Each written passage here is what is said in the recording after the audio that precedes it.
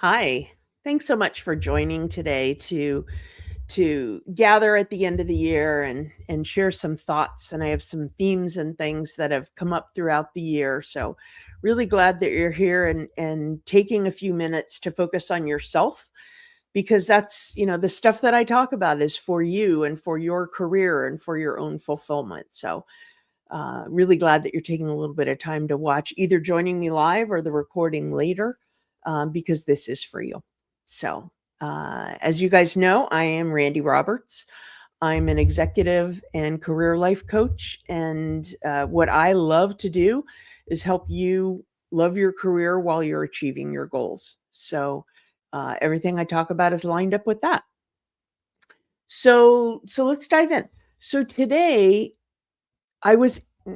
well, what we're going to be talking about is the difference between how your career may look and how it feels. But what inspired this was, over the holidays, we just had Thanksgiving and sort of getting ready for the other holidays to come.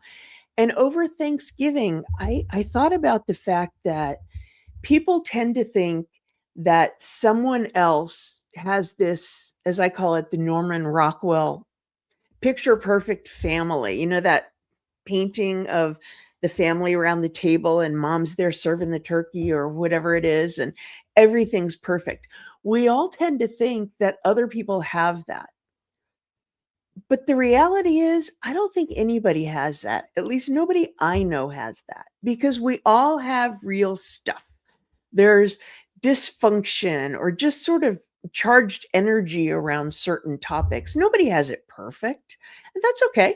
Families are real. But what I want to do today is talk about how that dynamic relates to our career, because I was thinking about that. We all think everybody else has it perfect. But as with the family, nobody's is perfect. We all have things that work really well for us, and we all have things that trip us up, or often we let trip us up. So it's worth thinking about that in the spirit of the holidays. So, and and I want to talk about the thing that a lot of leaders think about but don't really say out loud, or we may feel it, or it may be sort of this underlying awareness, but we don't talk about it. And by talking about it, we can actually help other people, because we all think that somebody else has it perfect. When we look at others, it's almost like the social media version of someone's career. We see what they want us to see. We think that someone else has achieved their heart's desire and they're standing at the top of the pyramid. But when you ask those leaders privately, their careers rarely feel as good as they look. They may feel good, but they don't feel as perfect as we seem to think they are.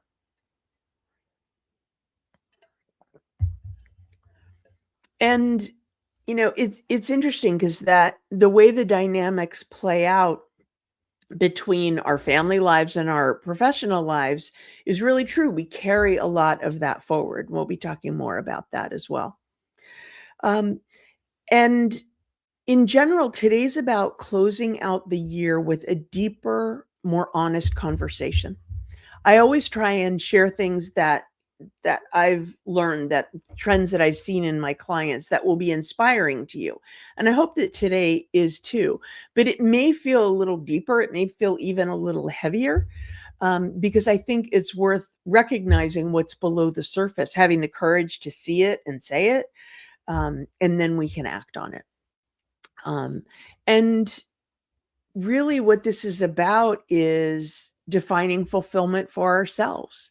And if you're portraying that and maybe not feeling that, sometimes what the difference is that we're working towards a definition of success or fulfillment that we didn't create. And we can create that for ourselves. So there's going to be 3 areas of focus in our talk today. And let me dive into the first, which is, I touched on it a little bit. The first area is how family dynamics can quietly shape how we lead. Now, I am not a therapist, and that's not where I'm going here.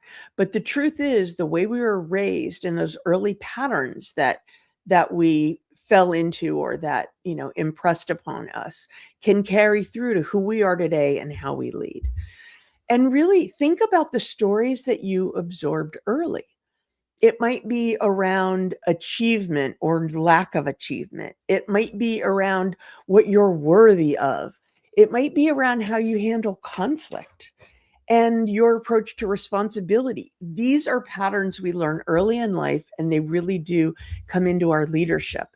And by recognizing them, we can almost depersonalize it a little bit and decide if they serve us or if they don't.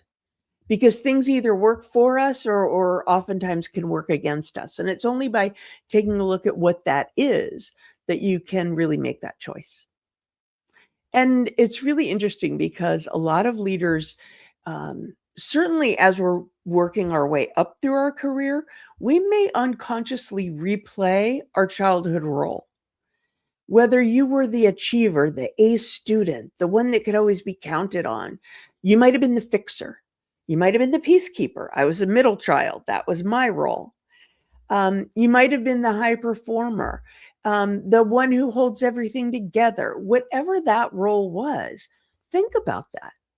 And a lot of times that's formed when we're about 7, 8 years old. Think about what was that role that you took on in your early life in your family, and how does that play out the way you lead? And becoming aware of that can enable you to compensate for it, to find ways to fill in the areas, strengthen others that may not be the strength you have, and really build that out as a team. But you have to be aware of it first. And sometimes it does take a little bit of courage to look at it, but you've got courage. Until we notice these patterns, we really do respond to today's challenges with yesterday's wiring. And a lot of times what that results in is a disconnect between our external success or the perception that we're giving off and our internal experience. And if you're aware of that in any way and want to close that gap, looking at those patterns may be a way to do it. Again, we may be seeking a definition of success and a definition for sure of fulfillment that other people created for us, or somehow we absorbed or we took it on by watching others. But you have the opportunity to create that for yourself and change the rules up a little bit. So the next area of focus that I want to go into is, for today, what I'm calling the myth of balance and the truth of integration. And now those of you who have heard me talk about balance, which is a big theme of mine, but I don't like the term work-life balance because it suggests that we need to always be navigating this tightrope perfectly. And if we're not getting it right all the time, we're failing. I mean, the pursuit of energy, or the pursuit of balance implies a perfect and even distribution of energy. You're walking that tightrope. And if you step off of it, if you wobble at all, you're setting yourself up for disappointment. And one of the things that's really interesting is this pursuit of balance. Like, we tend to think about balance as having time for self-care and being more calm and not so reactive and things like that. But high achievers can chase balance with the same energy and the same drive that we chase our goals. And it's kind of counterintuitive. Like, if you're seeking balance, but you're seeking it with this great drive, you may actually be undermining your own effort. And if you fall short, it can feel like a personal failure. So it's interesting to take a step back and think about, what does that mean to you? My feeling on balance is it's not about walking the tightrope, because we don't need balance all the time, but we do need balance over time. So sometimes you just need to step back and reflect on, how are you doing today? And what do you need to do to either do better tomorrow or compensate for where you're, if today you're leaning more heavily into work, is there an opportunity tomorrow to balance it out with things that replenish you rather than potentially draining you? I say tomorrow figuratively more than literally because it's not a day-to-day thing, but you do need to check in with yourself and make sure that you're getting it over time. And it's not for anyone else to define. Balance is yours. You get to define what you mean by that and how that works for you. What works for someone else may not be the thing that works for you. And it's really interesting. You may have some people that you work with, or like even I think about my husband and myself. We're very different in the way we define balance. I need certain things to recharge me. My work often recharges me. And we don't see it the same way, but that's okay. We each get our own definition of it. We each get to make sure that we're filling that bucket. And as long as we're supporting that in each other, that works. So, I encourage you to figure out what balance means for you and go for that, not what someone else is going for. So the third area that I want to go into today in terms of the dynamics behind when your career looks better on the outside than it feels on the inside is the courage to go deeper when you're sensing that what's on the surface isn't enough, that you are feeling drawn or compelled to go deeper than what that perception is. And some of the things to be aware of there are quick fixes, like something doesn't feel right. I'm going to take on a new role. I'm going to move to a new company. I'm going to take on a new project. Those feel great in the moment, but they're quick hits. They will sort of mask the problem, but they don't mend the underlying misalignment. So you really do have to go to the work to figure out what's missing, or you may fix the wrong problem, or you may leave and take the problem with you. So you have to do that inner work. We've talked a bit about that, and I have the career satisfaction assessment that I offer free that can help you to get started on that. That's one way. But whatever way works for you, I encourage you to figure out what that means. Figure out what's behind that feeling of misalignment or discomfort so that you're sure you're fixing the right problem. Leaving isn't always the answer. Once you get to the source of what may not be working, you may be able to make some adjustments right where you are, which may be the best solution for you.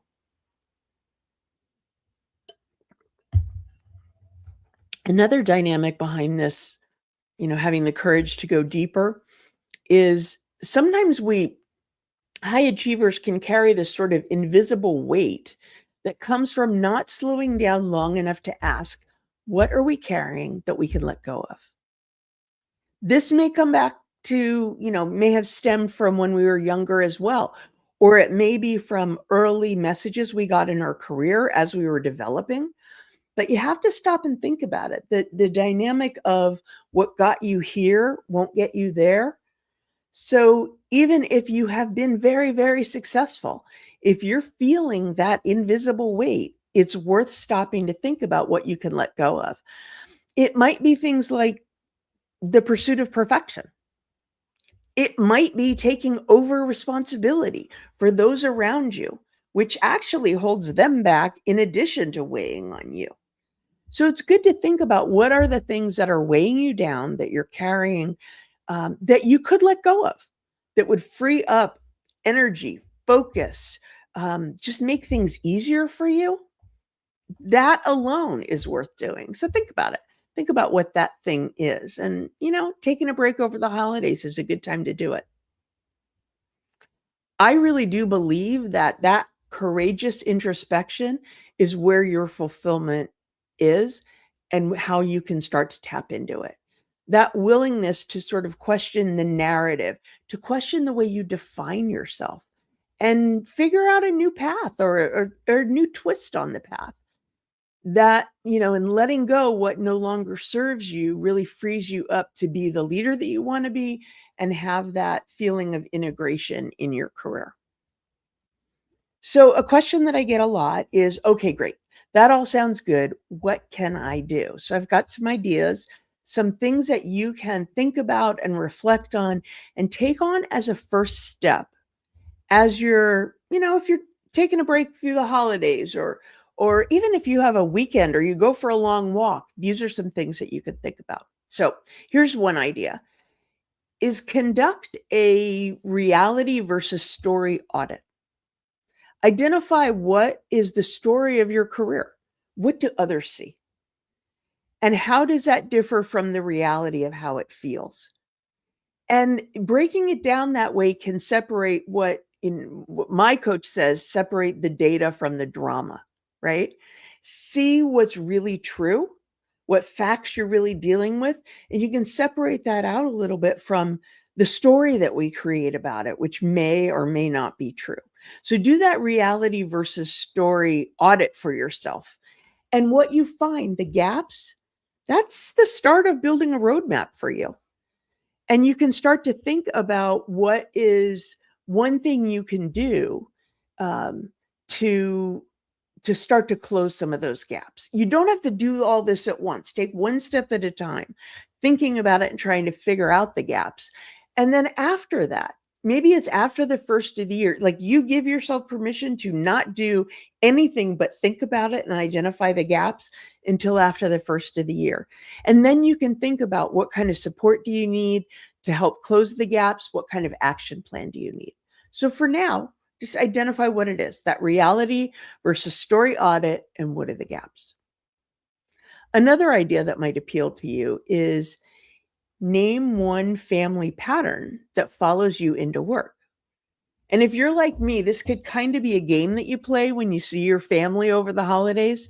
Yeah, there's a whole world in here that you may not want to know about, but sometimes gamifying friction or disagreement can actually help me to get through it. So name one family pattern that follows you into work. Like notice the behavior, like over responsibility, avoiding conflict is a big one. Are you the one that avoids conflict? How does that play out for you at work? Does that serve you or not? And sometimes people pleasing is another one. And you can recognize it in others. Maybe it's a quality that you have as well, but you can see it in others and see when it works for you and when it works against you and where it came from. So kind of naming it, identifying it, enables you to look at it and make some choices about it. And a third idea I have, if you want to take some action around this, is choose one thing to set down before the new year. What is that one thing that you have been carrying around that no longer serves you, that you no longer need, that may be holding you back? And release it. It might be one expectation, one responsibility, one belief that no longer serves you. And if you release it, you're going to free up a lot of energy and make your life easier. So there's 3 ideas that you can do one or all. In order to move a little bit closer towards having the career that feels as good as it looks. As we end the year, remember this. Nobody gets the Norman Rockwell career. What looks perfect from the outside is always more nuanced and more real and more human on the inside, more messy. And the career you're chasing may not even be the one you actually want. How long has it been since you stopped and thought about that? Sometimes we set this goal 20 years before, and you're a different person now. So it's worth thinking about what you're chasing. Is that the thing that's really going to make you happy? When you stop measuring your path against that idealized picture and start listening to what feels true for you, everything shifts. Everything gets easier. Everything gets more inspiring, energizing, fun. So give yourself permission to let something go. Give yourself permission to redefine success on your own terms and to create a career that feels as good as it looks. It's what I want for you. If you've ever found yourself doing everything right and still wondering why it doesn't feel right, this is your invitation to hit restart, to think about it differently and take a different path with honesty, courage, clarity, and your own agency, your own choice on how to move forward. So take some time to reflect on it over the holidays. It's a great time to just be with things. You do not have to take action. sometimes for me, giving myself permission that, what I'm going to do between now and New Year's is just reflect on this and be present with it. And I'll think about January 1st, January 2nd, whatever it does it for you. I will actually write on my calendar, start to think about action around this thing.